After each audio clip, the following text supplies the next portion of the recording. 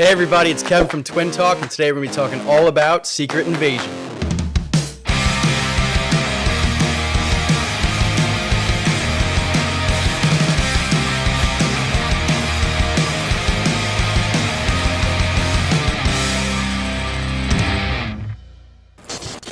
Stick around to the end of the episode, see how our drawing of Super Skrull came out, and if you like what you see, subscribe to the channel for more content. Secret Invasion is a 6-part series on Disney Plus that seems to kind of just have happened, right? Not a lot of promotion, not a lot of media attention, not a lot of hype, not a lot of talk, which is unfortunate because for a show that stars high-level actors such as Samuel Jackson, Ben Mendelsohn, Don Cheadle, this is something that should have been talked about a little bit more, I think. Even with Emilia Clarke as Gaia. She's from Game of Thrones, Terminator Genesis, Me Before You, Guilty Pleasure. She was also from another Disney property, the Han Solo Star Wars movie. I mean, for God's sakes, Shooter McGavin is in this show, and it just can't get any traction, it seems.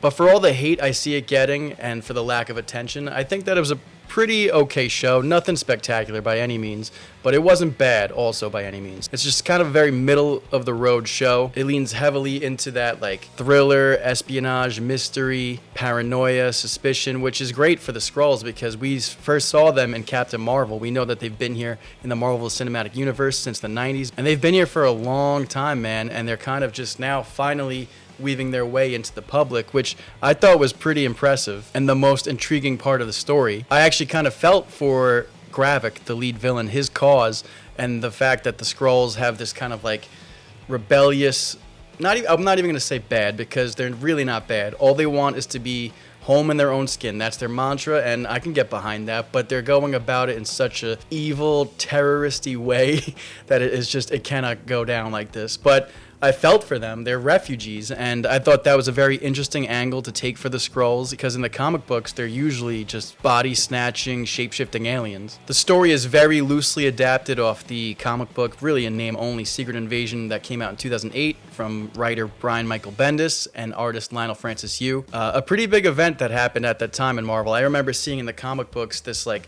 promotion and propaganda, which I thought the show could have leaned into when it said like embrace change, and you know, it was playing on these themes of minorities and outsiders and people just trying to be who they are without fear or hatred, and that's something I feel the show leaned into a little bit more towards the end. The show honestly left me with a lot more questions than I went into it. The way it ended is kind of what I wanted to see more of. I wanted to see more of this like whole targeting these people, being afraid of these people, and them kind of rising above that. And this show was more focused on Nick Fury and Talos' relationship, which is a great thing. I loved those aspects of the show. But I would have loved to see the Skrulls a little bit more in the limelight instead of hiding. I wanted to see that, well, I mean, they took over world leaders, so they are in very much public attention, but I wanted to see them in the public conversation more. I did like that they were kind of infiltrating, which I guess is the whole point of the show, so that kind of makes a lot of sense, is that it's an invasion. They're kind of rooting their way into our planet because they want to take over Earth, make it uninhabitable for humans. From this whole radiation thing, they wanted to basically have the humans kill themselves, start a World War III, and they're doing this underhandedly by pretending to be humans and having them just erase each other, ourselves, so that they can then finally have their home. And that's where it leaned into this whole like espionage angle of like they're hiding in the shadows, but they're really hiding in plain sight when you think about it, because they could be anybody. You really can't trust anyone. And that's the angle that I love about the Skrulls. And I'm happy to see them in the MCU in such a big way with how this show introduced them, that there's over 1 million maybe here, and that there's good Skrulls, bad Skrulls. So the effects of this show is what intrigues me the most. First of all, Don Cheadle killed it in this show. His acting was so god tier. Even the fact that he wasn't even playing War Machine, and that leads us to believe, how long has he been a Skrull? We saw him in the hospital gown. You know, it's not concrete, but maybe this is from Civil War when he got injured. So that kind of undermines his character arc, but also leans into a brand new character arc for Don Cheadle's War Machine, because he hasn't seen Tony die. He lost his best friend and he doesn't even know it. He's coming into a world. He's been asleep for a long time, they said. They didn't specify, but that has a lot of repercussions, which I want to see in the upcoming Armor Wars. I had very little interest in that, but now with Don Cheadle's character coming out from this, I'm a little bit more hyped for that show. And even Captain Marvel, the Marvels, I kind of wish that they used Secret Invasion for Captain Marvel's sequel.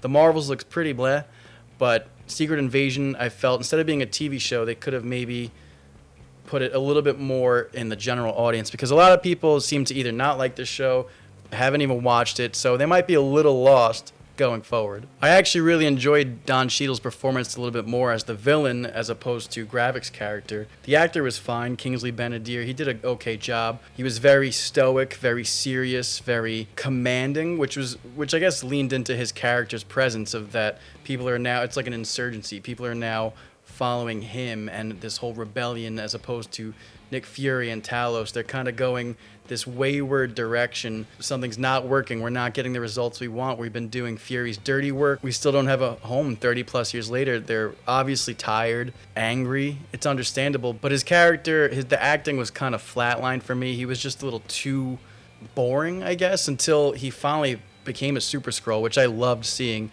But it made sense because in the end he said he kept this face for a reason. If it was just for like budget purposes and they didn't want to transform him into a Skrull, I would understand it that they're writing him like that, and I would be like, it's a little too Agents of S.H.I.E.L.D. I want to see the comic booky stuff. But by the end they go full bore. I mean, the finale fight, the climax, Gaia becomes god tier, and they become like Goku, Super Saiyan level Dragon Ball Z type characters that could wipe out the Avengers if they wanted to, honestly, by sneezing. So they got to kind of limit that a bit. I think they implied a weakness from Gravik when he told Fury in the finale to bring like pain medication or something. I don't know, that the sphere that they were getting the powers from takes a toll or something like that. So they either got to limit their use of the powers, like, they can only use this amount at a time for this long of a period, or maybe they're slowly dying. There's no way you can leave Gaia this untamed, because, I don't know, I'd have to see a little bit more of her character to trust her with that much powers. Which that finale, a lot of people aren't digging it, but I kind of liked it. It went full bore again into comic mode of Super Skrull, unashamedly.